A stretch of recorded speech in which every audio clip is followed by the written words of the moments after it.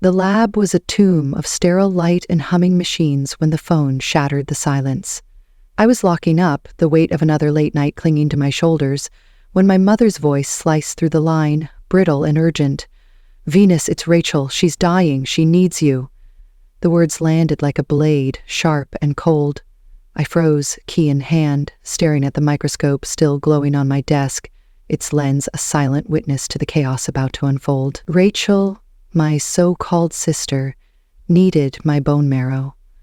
6 months ago, I'd have given it without a second thought. Family was loyalty, blood was duty, and I was the older sister, the one who sacrificed. But that was before she burned my world to ash. Rachel wasn't just my sister, she was my saboteur.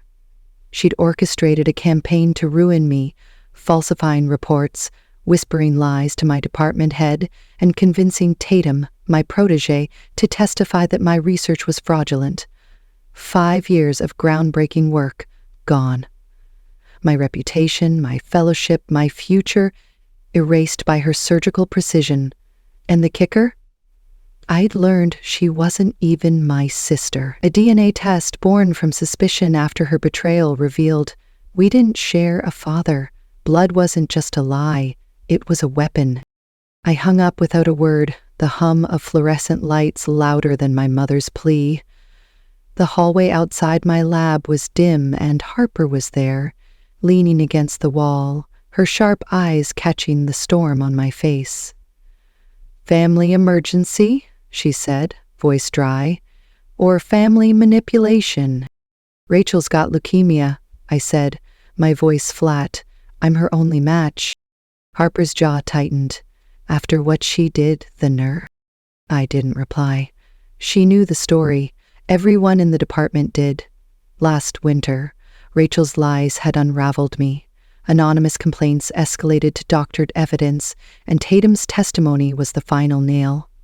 My research, meant to revolutionize cancer treatment, was branded a fraud. Rachel, the golden child, had always floated through life on charm and applause, while I clawed for every scrap of recognition. When I'd secured a grant she couldn't touch, she'd torn me down. Now she wanted my body to save her. My phone buzzed. A text from my mother. "I'm coming to your office. We need to talk." Of course she was. She always ran to Rachel's side. When I'd crumbled under the scandal, she'd called me dramatic. When Rachel schemed, she called it ambition. I was the disappointment. Rachel was the investment. Harper glanced at the text. "Want backup?" "No," I said. "This is my fire to walk through." 20 minutes later, my mother stormed in, dressed like she was hosting a gala, not begging for her daughter's life. She dropped a manila envelope on my desk without a greeting. "Rachel's medical records," she said, voice clipped. "The procedure's low risk. You'll be fine in a week." "Hello to you too," I said, eyebrow raised. "Don't be difficult, Venus. This is your sister's life." "She forfeited that title when she torched mine," I shot back. Her mouth tightened. "You're still clinging to that ridiculous drama. Rachel would never." "I have proof," I said, voice low and sharp. "Emails, statements, a recorded call between her and Tatum." She faltered, but only for a second. "Whatever happened doesn't matter now. She's dying." Convenient logic. I leaned back, opened a drawer, and dropped a thick folder labeled DNA onto the desk. "Interesting you mentioned blood. I had questions after the scandal, so I did some digging." Her eyes locked on the folder like it was a bomb. "What is that?" "Truth," I said, flipping it open. "Rachel and I don't share a father." She went pale. "You're bluffing." I slid the results across the desk. "I'm not, but don't worry. I haven't told Rachel, yet." Her hands trembled as she gathered the medical records. "She's still your sister." "She's not," I said flatly. "At best, she's your mistake. At worst, your weapon." Her eyes welled with tears, crocodile tears. I'd seen them before. They weren't grief. They were strategy. "I'll give you my answer in 3 days," I told her, "and I suggest you think hard about what secrets you're willing to see exposed." She left without a word, the door slamming behind her. I stared at the DNA report, its cold data confirming what I'd suspected. Rachel wasn't my blood, and she wasn't my obligation. That night, I didn't sleep. I sat at my kitchen table, a glass of bourbon in hand. The DNA folder open, its pages glaring like an accusation. The truth didn't soften, it hardened.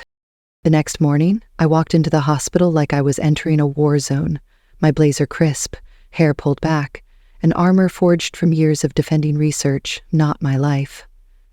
Rachel's room in the oncology wing was too bright, too quiet. She was propped up in bed, scrolling her phone, a silk scarf tied around her head, dying but glamorous. Even in a hospital gown, she looked curated. Designer blanket, subtle makeup, untouchable. When she saw me, her lips twitched, not quite a smile. "Well, look who finally showed up." "Come to save the day?" "No," I said, staying in the doorway. "I came to give you my answer." Her eyes narrowed. She set the phone down. And her mouth twitched again. "You can't be serious." "Dead serious."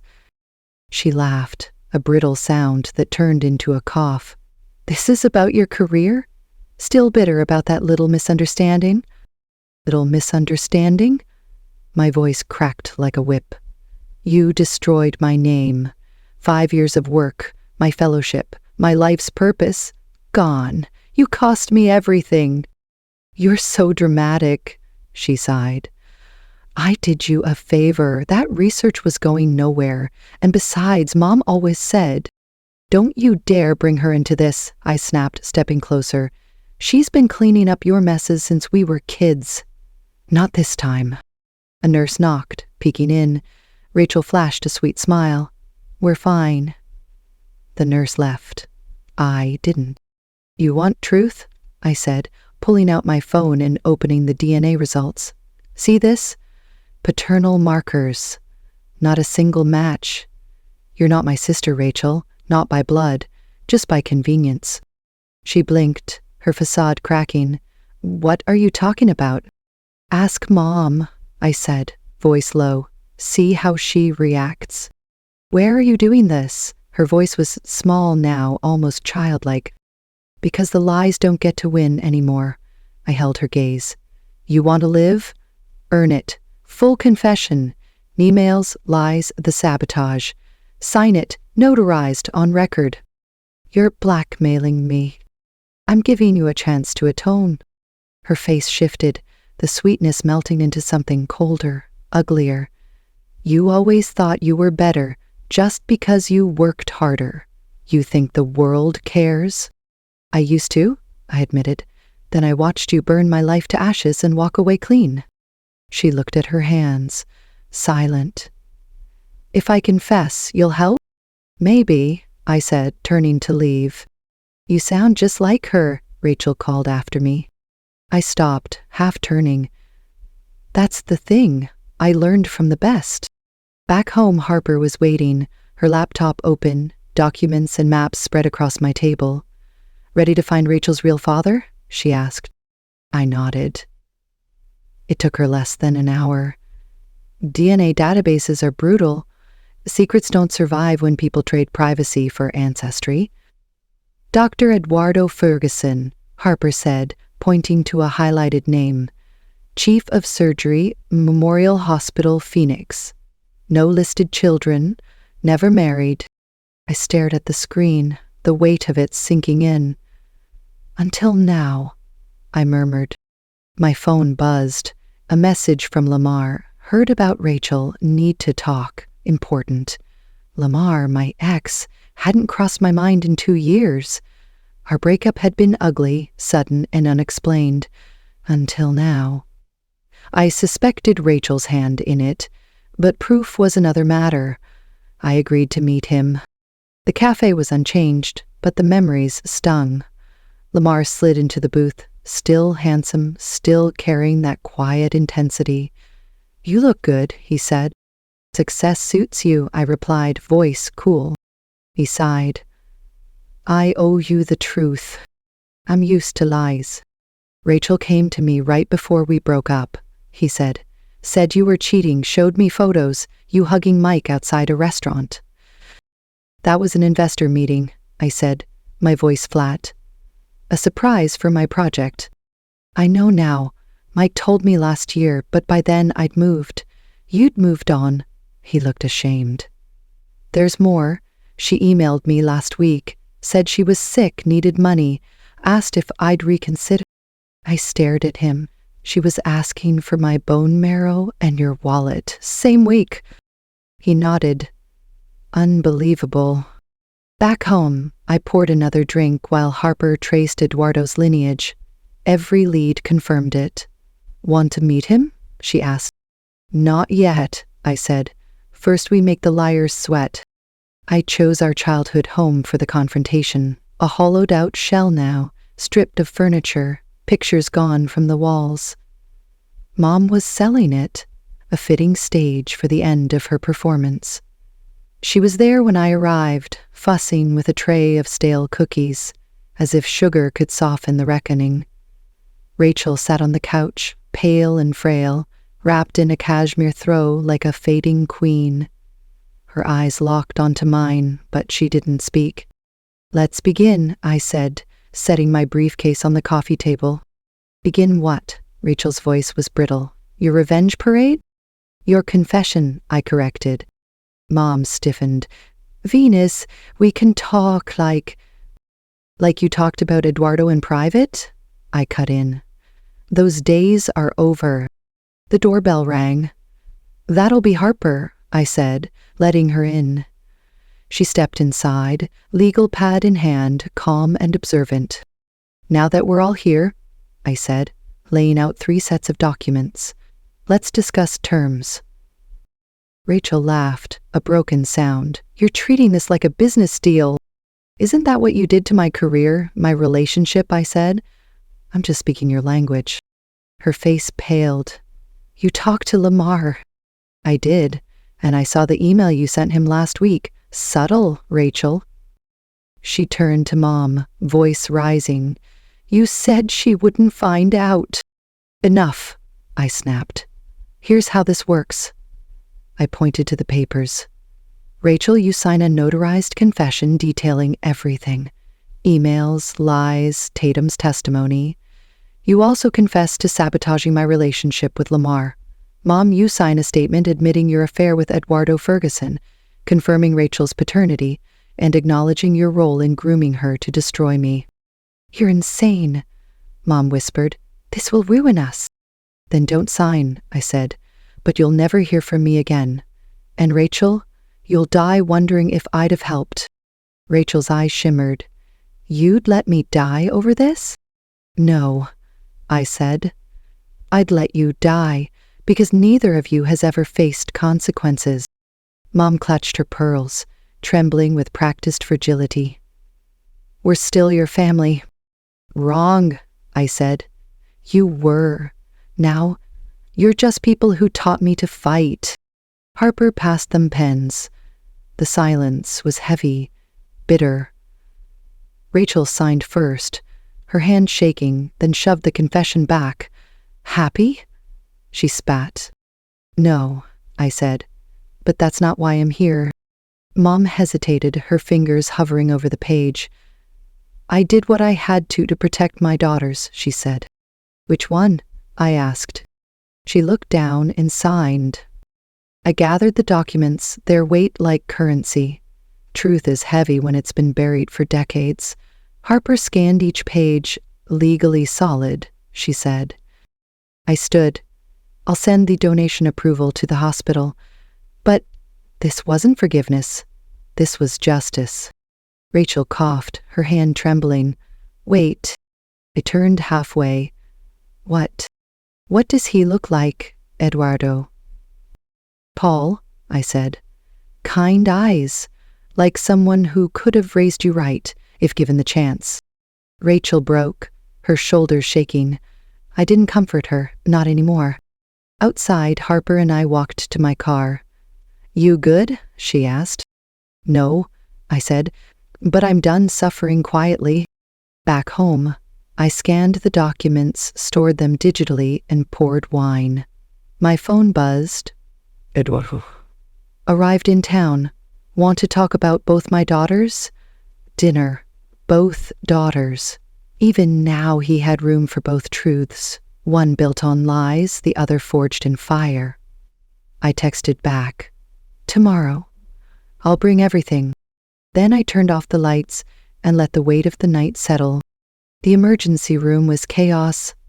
Rachel collapsed an hour after signing, her body finally surrendering to the leukemia. Pride and denial had kept her upright. Now both were gone. Mom paced the waiting area, a caged animal. I sat still, her confession burning in my bag. Harper stood nearby, unreadable. "This is your fault," Mom hissed. "If you'd just agreed to help." "Not here," I said. A nurse approached. "Mrs. Myers, your daughter's asking for both of you." Rachel was a shadow, her voice faint. "I need to tell you something." Mom rushed to her side. "Save your strength." "No," Rachel pushed her away. "I told Janice everything. She has a letter for Venus if anything happens." Janice met me at a cafe near the hospital, shaken, clutching a thick envelope. "I didn't agree with what they did," she said. "Rachel told me everything." I opened the letter slowly. "Mom poisoned us from the start. She told me you were jealous, told you I was the problem.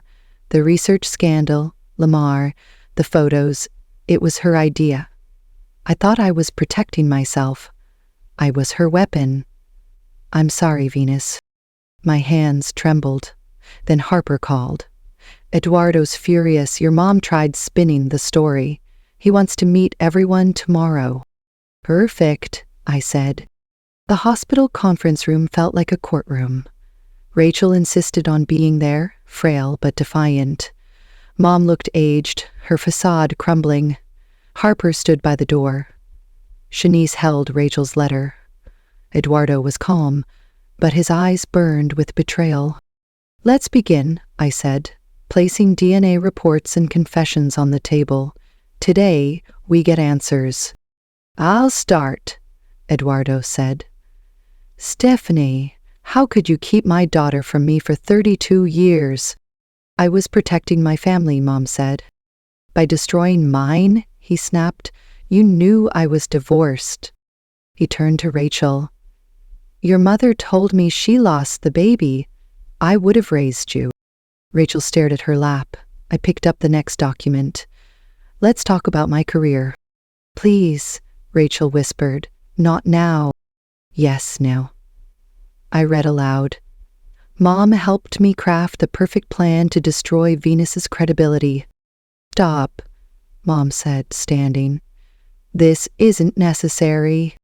"It's everything," I shot back. "Every lie, every whisper, every sabotage." Eduardo read Rachel's letter, his face darkening. "You used our daughter as a weapon against her sister?" "They're not sisters," Mom blurted. Silence fell. "No," I said, "we're not. And now everyone knows why." Rachel cried. "I didn't know about Eduardo. I believed Mom. I thought if you succeeded, she'd forget me." Eduardo turned to me. "Are you really willing to let Rachel die to prove a point?" I didn't answer. I reached for a final document. "I'll donate under conditions. First, public confessions. Second, Rachel's statement goes to every institution that blacklisted me. Third, Eduardo gets access to Rachel." "You're blackmailing us?" Mom said. "No," I said. "I'm setting terms. You taught me how." Rachel gasped. A nurse rushed in. "We need to move her." Rachel reached for me. "I'll sign anything. Just help me." "You'll tell the truth?" I asked. She nodded, crying. "I'm tired of lies." "Then yes," I said. "I'll help." As they wheeled her out, Eduardo turned to me. You're stronger than I would be. No, I said. I'm what they made me. Later, Eduardo texted, dinner, the three of us. I'd like that. Healing wasn't going backward.